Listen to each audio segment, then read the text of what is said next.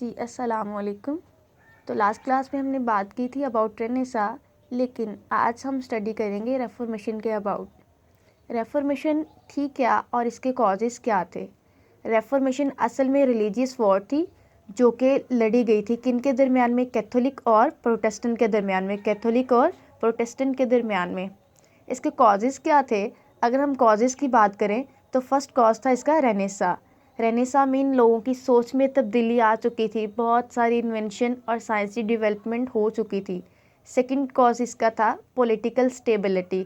जो यूरोप था वहाँ पे पॉलिटिकल स्टेबिलिटी भी हमें देखने को मिलती है। तीसरी वजह थी टैक्सेस। टैक्सेस का जो नेम था वो थाइट्स था। ठीक है, ये वो टैक्सेस थे जो पोप वहाँ के लोगों पर इम्पोज करते थे और ये खासकर थर्ड क्लास से ही लिए जाते थे, लाइक किसान वगैरह जो गरीब लोग हैं उनसे ही ये पे किए जाते थे। तीसरी वजह रेफॉर्मेशन की करप्ट चर्च की वजह थी। जो चर्च था वो करप्ट था। करप्ट मीन कैसे था कि वो माफ़ीनामे सेल कर रहा था।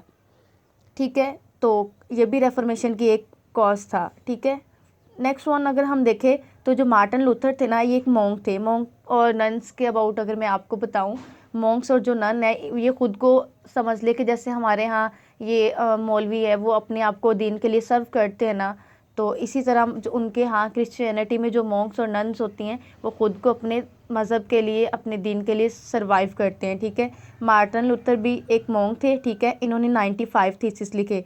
इन्होंने इन थीसिस में ये कहा कि आया कि हमें अल्लाह ताला तक एक्सेस के लिए क्या बाइबल की नीड है या हमें पोप की ज़रूरत है। क्योंकि जो क्रिश्चियनिटी के आने के बाद ना, जब वो डोमिनेंट मज़हब हो गया ना, उसके बाद पोप को इतनी मतलब सुपरमेसी थी, इतनी पावर में था पोप कि पोप वहाँ पे लोग जो निकाह करते थे, मतलब शादियाँ करते थे, वो भी पोप के वजह से करते थे। अगर उनके दरमियान डाइवोर्स का इशू होता था वो भी पोप ही डिसाइड करता था कि इनकी डाइवोर्स होगी या नहीं होगी।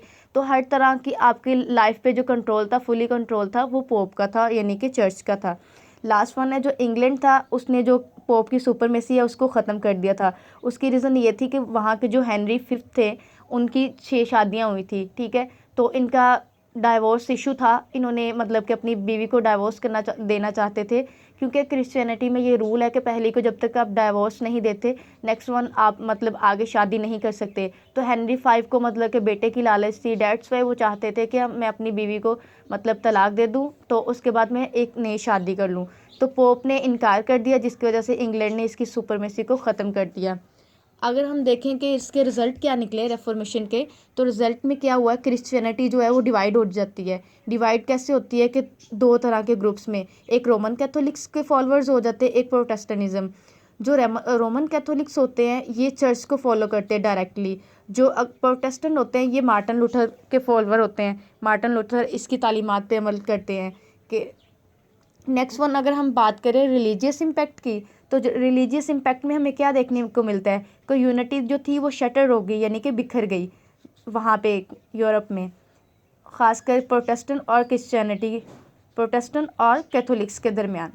और इसका मज़हब पे दूसरा इम्पैक्ट ये था कि जो बाइबल थी वो ट्रांसलेट हो चुकी थी। जैसे कि हमने रेनेसा में देखा कि जो रेनेसा की वजह से प्रिंटिंग प्रेस इन्वेंशन हुई उसकी, तो प्रिंटिंग प्रेस जब इन्वेंशन होगी तो उसे ट्रांसलेट किया गया।